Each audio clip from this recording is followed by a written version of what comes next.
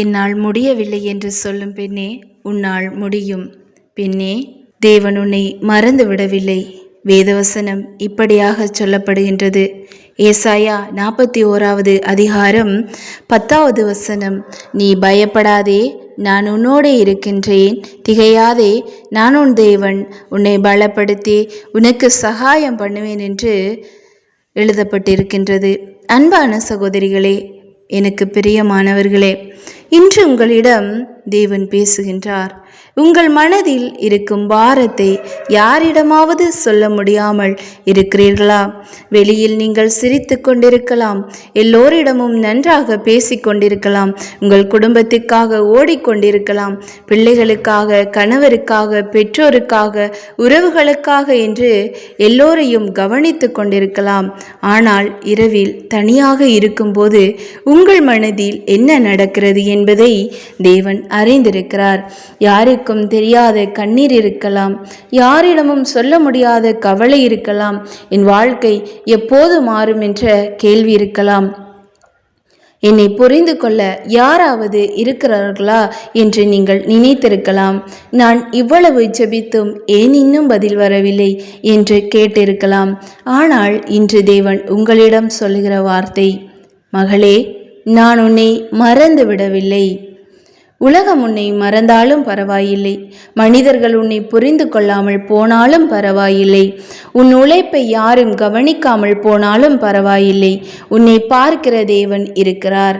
நீ அமைதியாக அழுத கண்ணீர் அவர் பார்த்திருக்கிறார். நீ யாரிடமும் சொல்லாமல் செய்த ஜெபத்தை அவர் கேட்டிருக்கின்றார். நீ மற்றவர்களுக்காக செய்த தியாகங்களை அவர் அறிந்திருக்கின்றார். இரண்டாவது, ஒரு பெண்ணின் கண்ணீரை தேவன் பார்க்கிறார். வேதாகமத்தில் அநேக பெண்களின் வாழ்க்கையை பார்க்கின்றோம். அவர்கள் எல்லோரும் ஒரே மாதிரியான வாழ்க்கை வாழவில்லை. சிலர் காத்திருந்தார்கள், சிலர் கண்ணீரோடு ஜெபித்தார்கள், சிலர் தனிமையை சந்தித்தார்கள், சிலர் தங்கள் வாழ்க்கையில் முடிந்துவிட்டது என்று நினைத்த நேரத்திலெல்லாம் தேவன் அவர்களுக்காக ஒரு புதிய வழியை திறந்தார். ஆகவே இன்று உங்கள் நிலைமையை உங்கள் முடிவு அல்ல. நீங்கள் இப்போது பார்க்கிற சூழ்நிலைதான் நீங்கள் எதிர்பார்த்த உங்கள் எதிர்காலம் என்று நினைக்காதிருங்கள்.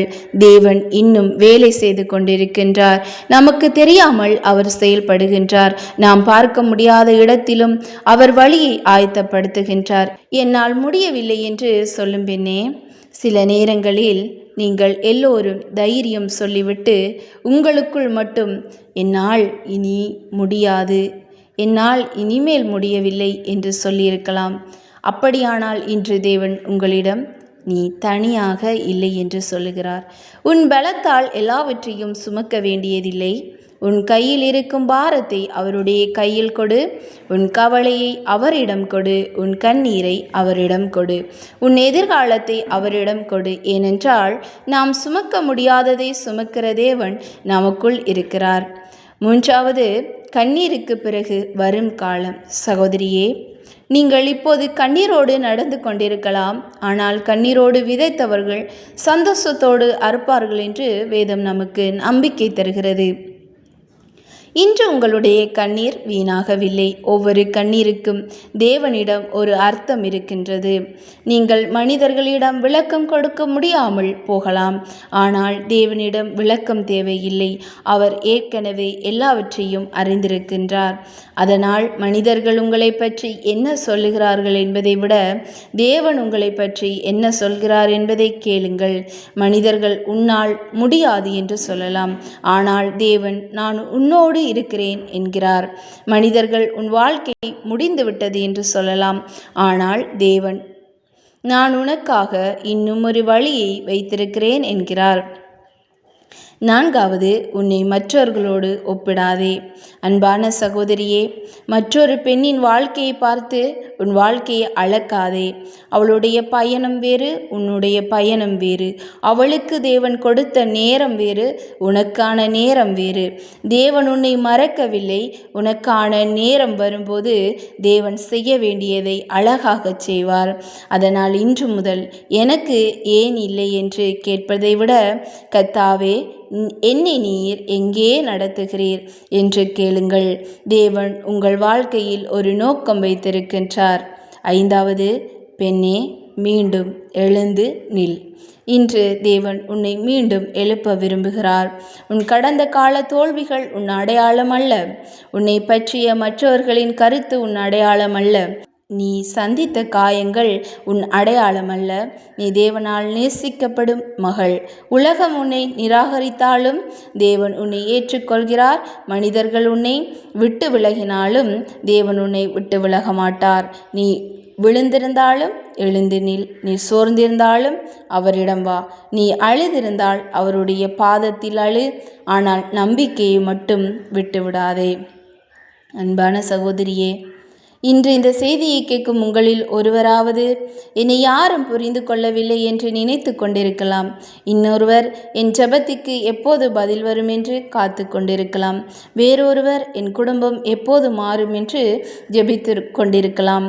என் வாழ்க்கையில் இனி என் நல்லது நடக்குமா என்று எண்ணிக்கொண்டிருக்கலாம். இன்று உங்களுக்காக தேவன் சொல்லும் ஒரு வார்த்தை: பயப்படாதே, நான் உன்னோடு இருக்கின்றேன். உன் கண்ணீரை தேவன் பார்த்திருக்கிறார். உன் ஜெபத்தை தேவன் கேட்டிருக்கிறார். உன் காத்திருப்பை தேவன் அறிந்திருக்கிறார். உன் கதை இன்னும் முடியவில்லை. தேவன் இன்னும் உன் வாழ்க்கையில் செயல்படுகிறார். ஆகவே பெண்ணே, கண்ணீரை துடைத்துக்கொள், தலையை உயர்த்து, மீண்டும் ஜெபிக்க தொடங்கு, மீண்டும் நம்பத் தொடங்கு. ஏனென்றால் உன்னை மறந்த தேவன் அவர் அல்ல, உன்னை உயர்த்த காத்திருக்கிற தேவனே அவர். நாம் ஜெபிப்போமா? அன்பான பரலோக தகப்பனே, உம்முடைய பிள்ளைகள், உம்முடைய மகள்கள் ஒவ்வொருவரையும் நினைத்தருளும். அவர்களின் கண்ணீரை துடைத்தருளும். அவர்களின் பாரங்களை எடுத்துக்கொள்ளும். சோர்ந்து போனவர்களுக்கு புதிய பலன் தாரும். காத்திருப்பவர்களுக்கு நம்பிக்கை தாரும். உடைந்த மனங்களுக்கு ஆறுதல் தாரும். அவர்களின் குடும்பங்களில் சமாதானத்தை தாரும். நான் தனியாக இருக்கிறேன் என்று நினைக்கும் ஒவ்வொரு மகள்களுக்கும் நான் உன்னோடு இருக்கின்றேன் என்ற உம்முடைய பிரசன்னத்தை உணரச் செய்யும். இன்று முதல் அவர்கள் பயத்தோடு அல்ல, விசுவாசத்தோடு நடக்க உதவும். இயேசுவின் நாமத்தினாலே ஜெபிக்கின்றோம் நல்ல பிதாவே, ஆமேன். God bless you.